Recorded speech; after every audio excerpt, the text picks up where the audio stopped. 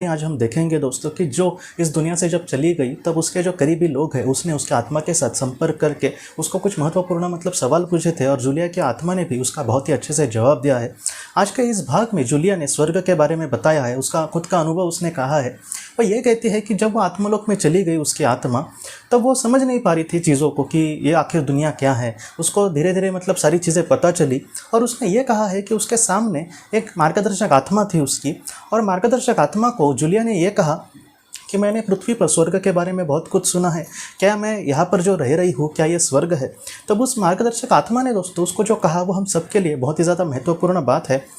उसने ये कहा कि हमारे जो कर्म है वो डिसाइड करेंगे कि हम स्वर्ग में जाएंगे या फिर बहुत ही निचले स्थान पर जाएंगे। नरक ऐसे डायरेक्टली उन्होंने नहीं कहा है। उन्होंने ये कहा है कि जिस तरीके से पृथ्वी पर हमारी मानसिकता होगी, हमारे कर्म होंगे, जैसे कोई अगर इंसान उसको वो खुश रहने के लिए दूसरे को अगर दुख देते बैठेगा तो आत्मलोक में जाने के बाद वो खुद ही दुखी रहेगा, क्योंकि इसके कर्म ही वैसे है। वैसे ही आत्मलोक में अगर हमें अच्छे स्थान पर जाना है तो पृथ्वी पर अच्छे कर्म करना बहुत ही ज़्यादा महत्वपूर्ण है।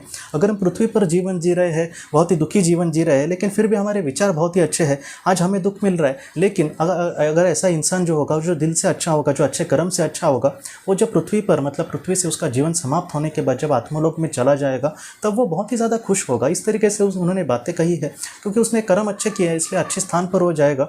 और उसने ये कहा है कि स्वर्ग सिर्फ अच्छी अच्छी चीज़ें नहीं है। उन्होंने ये कहा है कि स्वर्ग एक मन की अवस्था भी है। उन्होंने ये कहा है कि कोई एक बहुत ही ज़्यादा निगेटिव इंसान है लेकिन उसने कर्म अच्छे करे हैं, और वो जब निगेटिव इंसान जो नकारात्मक उसके जीवन में बहुत कुछ नेगेटिव हो गया इसलिए उसके विचार ही वैसे हैं, तो ऐसा इंसान जब स्वर्ग में आ जाएगा, आत्मलोक के स्वर्ग में आ जाएगा, तब उसके जो नेगेटिव विचार है वो भी खत्म हो जाएंगे। इस तरीके से उन्होंने स्वर्ग को समझाने की कोशिश करी है।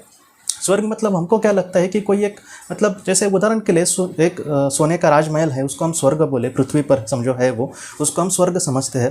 तो उस जगह पे कोई एक दुखी इंसान अगर उस स्वर्ग में गए तो उसको थोड़ा सा अच्छा लगेगा, लेकिन उसके मन का जो दुख है, जो डिप्रेशन में वो जी रहा है, वो तो सारी चीज़ें कम नहीं होंगी। अगर हुई तो भी थोड़ी देर के लिए उसको लगेगा कि अच्छा है, हाँ ठीक है, लेकिन बाद में दोस्तों फिर से वो दुखी हो जाएगा। लेकिन वहाँ के स्वर्ग की वैसी बात नहीं है, ऐसे उस आत्मा ने कहा। उसने कहा कि यहाँ पर स्वर्ग सिर्फ सुंदर चीज़ें नहीं है, यहाँ पर इतनी सुंदर चीज़ें हैं कि जिसके हम कल्पना भी नहीं कर सकते, लेकिन उसको अगर हम महसूस करने की कोशिश करें स्वर्ग को, तो हमारे दिल से जो भी बोझ होगा, जो भी दुख होगा, वो भी हमेशा के लिए खत्म हो जाएगा। तो स्वर्ग जो चीज़ है दोस्तों, वो सिर्फ एक दिखावी जैसी दुनिया नहीं है, बल्कि उसको महसूस करना, उसमें हमारे मन को उस तरीके से एक शांत होना, एक समाधानी होना, ऐसी अवस्था को भी वहाँ पर स्वर्ग में रहना इस तरीके से समझा जाता है। तो इस तरीके से जूलिया ने जो है दोस्तों स्वर्ग के बारे में, आत्मलोक में बात करी है। तो दोस्तों हम अपने अगले वीडियो में मिलते हैं। आप अपने परिवार का ख्याल रखना। आपका बहुत बहुत धन्यवाद।